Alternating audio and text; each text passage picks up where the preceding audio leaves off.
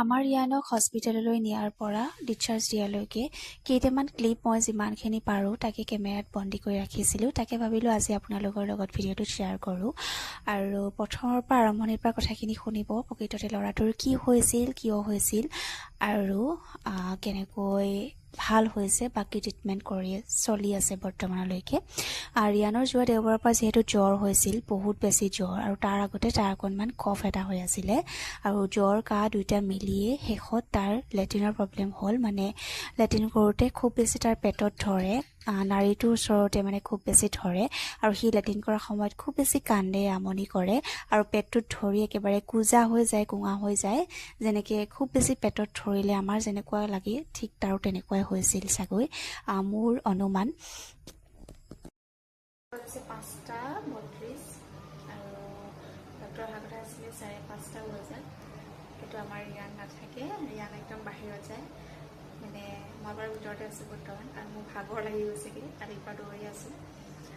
আৰু এতিয়া ৰিয়ানৰ দেউতাক আছে বাহিৰত, মানে সি বাহিৰত ঘূৰি ফুৰিব লাগে তাক, আৰু মই আছোঁ ভিতৰত। এতিয়া ডাক্তৰ আহিব 5:30, কিন্তু বেলেগ পেচেণ্ট আছে আৰু বেবী আছে মানে চাবলগীয়া, তো বাকীবিলাকক চাইহে চাগে ইয়ালৈ আহিব। আৰু যিহেতু ৰিয়ানৰ লেট্ৰিনৰ প্ৰব্লেমটো হৈছিলে মঙলবাৰৰ পৰা, আৰু আমি বুধবাৰে তিনিচুকীয়াৰ এখন চেম্বাৰত গৈ যোনজন ডাক্তৰক ৰিয়ানক একেবাৰে সৰুৰ পৰা আমি দেখাই আছোঁ, চাইল্ড স্পেচিয়েলিষ্ট, তো তেখেতক দেখাইছিলোঁ বুধবাৰ দিনাখন।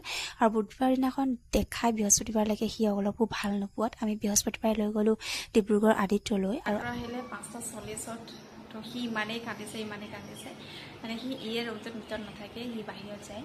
আৰু ডাক্তৰে কৈছে টেষ্ট কৰিবলৈ, যিহেতু তাৰ লেট্ৰিন হৈ আছে, টেষ্ট কৰিব লাগিব আৰু এটা আল্ট্ৰাচাউণ্ড কৰিব লাগিব, বাকী দৰৱখিনি খুৱাই থাকিব কৈছে। তো এতিয়া সি ইমানেই দিগদাৰ লগাইছে, মানে সি বাহিৰত যায়, ইয়াত নাথাকে মানে কোনোপধ্যেই। তো মানে দেউতাকে বিহু দেখি আছে, মই এতিয়া যাওঁ অকণমান ওলাই, সি কি কৰি আছে তাকে চাওঁ। বাকী দৰৱ তাক দিছিলে এইকেইটা হৈছে তাৰ দৰৱ 5টা। তো সেইকেইটা খাই পেলাই সি যিহেতু ভাল পোৱা নাছিলে, সেইটো কাৰণে আমি এডমিট কৰিলোঁ তাক। বাকী এতিয়া চাই লওঁ তাৰ কি কণ্ডিশ্যনটো হয় আৰু ৰাতিলৈ বা কাইলৈ কি হয় চাই লওঁ, তাৰপাছতে দেখা যাব আৰু কি হৈছে আচলতে প্ৰকৃততে গম পোৱা নাই আমি। সি খুব মানে লেট্ৰিন কৰিছে আৰু লেট্ৰিনৰ মানে কালাৰ হৈ গৈছে, কেতিয়াবা ব্লেক, কেতিয়াবা ব্ৰাউন টাইপৰ এনেকুৱা হৈ গৈছে। তো এতিয়া সেইটো কাৰণে সেই পৰীক্ষাকেইটা কৰিলেহে চাগে গম পোৱা হ'ব কি হৈছে। আৰু মই এতিয়া ৰিয়ানৰ ওচৰত পাহৰি ক'ত গ'ল আৰু আদিত্যত লৈ গৈ সেই একেই ক'লে ডাক্তৰে, যিহেতু কেইটামান দৰৱ দিলে আৰু দৰৱ